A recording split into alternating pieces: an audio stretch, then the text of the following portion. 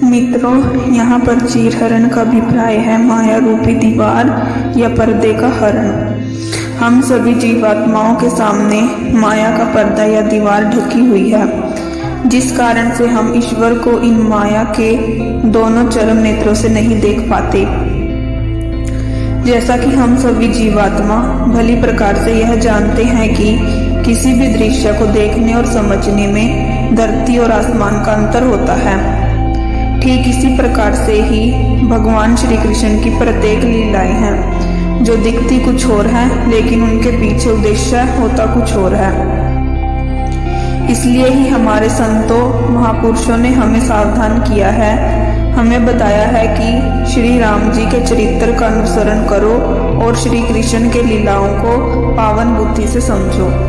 भगवान श्री कृष्ण द्वारा जब चीरहरण लीला की गई थी, उस समय उनकी आयु मात्र 6.5 वर्ष की थी। चीरहरण लीला के वर्णन से पहले उनके आगे की कुछ लीलाओं का संक्षिप्त वर्णन कर रहे हैं, क्योंकि चीरहरण लीला का आधार ही उनके द्वारा पूर्व में की गई लीलाएं हैं। जब भगवान श्री कृष्ण मात्र 6 दिन के थे, तब उन्होंने एक विशालकाय राक्षसी पूतना का वध करके उसका उद्धार किया था। इसके पश्चात जब वे 3 माह के हुए थे, तब सक्टासुर नामक दैत्य का संहार करके उनका उद्धार किया था। फिर जब वो 5 माह के हुए थे, तब विशाल बवंडर के रूप में आए हुए दैत्य त्रिनावर्त का वध करके उसका उद्धार किया था। फिर आगे क्रमश इसी प्रकार वकासुर, अघासुर आदि अनेक विशालकाय दैत्यों का संहार किया था।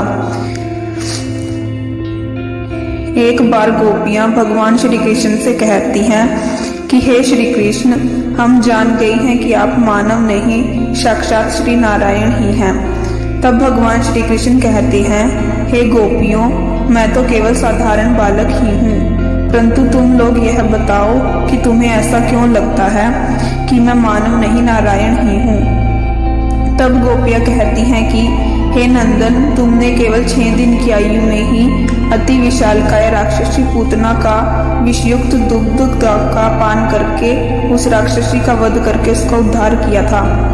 संतों ज्ञानियों का यह कहना है कि यह कार्य न तो कोई मनुष्य कर सकता है और न ही किसी भी देवता में ऐसा करने का सामर्थ्य है। इसी तरह आपने अनेकानेक विशालकाय भयंकर राक्षसों का वध करके उनका उद्धार किया है, ब्रजवासियों की रक्षा की है। गोपियां कहती हैं कि हे कृष्ण, तुम्हारे दोनों चरणों की तलवों में शंख, चक्र और गदा के चित्र अंकित हैं। तुम्हारे छाती में श्री वत्स का जो चिन्ह है, वह तुम्हारे नारायण होने का प्रमाण देता है। हे नाथ, हम और क्या कहें, जब हम दही माखन बनाकर भगवान श्री नारायण को भोग लगाने के लिए उनका आवाहन करती हैं, तो तुम ही दौड़े चले आते हो और भोग लगाकर चले जाते हो।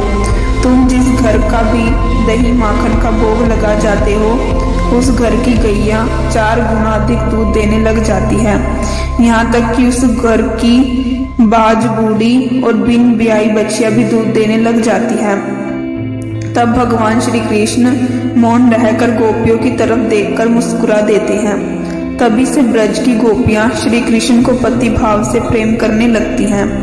भगवान श्री कृष्ण को पति रूप में प्राप्त करने के लिए माता कात्यायनी का विधिवत 1 मास तक व्रत पूजन करने लगती हैं। अब गोपियां प्रतिदिन सूर्योदय से पूर्व उठकर यमुना जी में स्नान करने को जाती हैं। यमुना तट की बलु काम्ययी कात्यायनी माता की पिंडी बनाकर विधिवत पूजन अर्चन करती हैं। गोपियां जिस वस्त्र को पहनकर स्नान करने जाती हैं, स्नान के पश्चात पुनः उन्हीं वस्त्रों को पहन लेती हैं, अर्थात वे नग्न होकर यमुना जी में स्नान करती हैं। अज्ञानतावश जल के अधिष्ठात्र देवता वरुण देव का अपराध करती हैं। श्री कृष्ण ने गोपियों के समस्त शुभ संस्कारों और अज्ञानताओं का हरण करने के लिए ही चीरहरण लीला की थी। भगवान श्री कृष्ण गोपियों के सारे वस्त्रों को अपने कंधे पर रखकर ऊंचे कदम्ब की डाली पर चढ़कर बैठ जाते हैं, जोर जोर से ठहाके लगाते हैं। स्नान करती हुई गोपियां पहले तो यह देखकर सहम जाती हैं, फिर कहने लगती हैं, हे कृष्ण, हमारे वस्त्र हमें वापस दो। हम सभी ठंड के मारे जल में ठिठुर रही हैं। तब भगवान श्री कृष्ण ने कहा, हे गोपियों, बाहर आओ और अपने अपने वस्त्र ले जाओ। तब गोपियाँ कहती हैं, हे नाथ, हम तो तुम्हारी दासियां हैं, एकमात्र तुम ही से प्रेम करती हैं, हमें ना सताओ, हमारे वस्त्र दे दो। हम निर्वस्त्र तुम्हारे सामने कैसे आ सकती हैं, हमें लज्जा आती है। भगवान श्री कृष्ण कहते हैं कि जब तुम निर्वस्त्र होकर जल में घुसी थी तब तुम्हें लज्जा नहीं आई थी। गोपियों ने श्री कृष्ण से कहा, तब तुम यहाँ पर नहीं थे। भगवान श्री कृष्ण कहते हैं, हे गोपियों, तब भी मैं यहीं मौजूद था। फर्क सिर्फ इतना है कि तुम सब मुझे अभी देख पा रही हो। हे गोपियों, तुम तो कहती हो कि तुम सभी मुझसे प्रेम करती हो, मेरी दासियां हो, मुझे नारायण मानती हो, तो फिर यह विचार करो कि मैं तो सर्वत्र सर्वव्यापी हूँ। तुम जिस जल में नग्न स्नान कर रही हो उस जल में भी मैं ही हूँ। मैं तो कण कण में व्याप्त हूँ, मुझसे कुछ भी नहीं छिपा है। यदि तुम सभी वस्त्र पहने हुए भी होती तो भी मेरे समक्ष नग्न ही होती। हे गोपियाँ, तुम्हारा ज्ञान अधूरा है। मैं ब्रह्म हूँ, ये बात तो तुम जानती हो, परंतु व्यवहार में मानती नहीं हो। भगवान श्री कृष्ण के इस प्रकार के वचनों को सुनकर गोपियों के मन से अज्ञानता रूपी अंधकार समाप्त हुआ।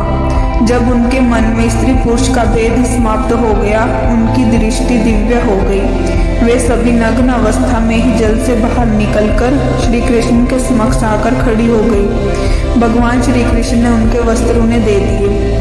उनके वस्त्र श्री कृष्ण के श्री विग्रह को स्पर्श कर चुके थे। ऐसे वस्त्रों को धारण करते ही गोपियों के जन्म जन्म के अशुभ संस्कार और अज्ञान नष्ट हो गया। भगवान श्री कृष्ण ने कहा कि हे गोपियों, तुमने यमुना जल में नग्न स्नान करके वरुण देव का अपराध किया है, इसलिए वरुण देव को प्रणाम करके उनसे क्षमा मांगो। गोपियों ने समस्त भूतों का एकमात्र स्वामी श्री कृष्ण जानकर केवल श्री कृष्ण को ही प्रणाम किया।